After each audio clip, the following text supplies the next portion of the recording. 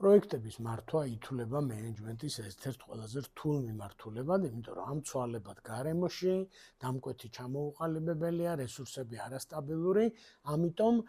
ყველა პროექტს აქვს პრობლემა, რომ პროდუქტი ზუსტად ის დაიდოს, რაც დამკვეთს უნდა და დამკვეთი კმაყოფილი იყოს, იმ რესურსებში ჩავეტიოთ დროში და თანხაში,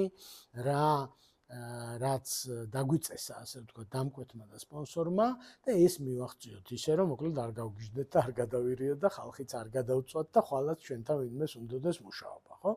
პროექტების მართვის მეთოდოლოგია თქვენ დაგეხმარებათ, ესე იგი ვერ ვიტყვით, რომ გარანტიას გაძლევთ, რომ ყველაფერი მოგვარდება, მაგრამ გაცილებით უფრო მიუახლოვდებით იმ მიზნებს, რა მიზნებსაც დაისახავთ, ხო?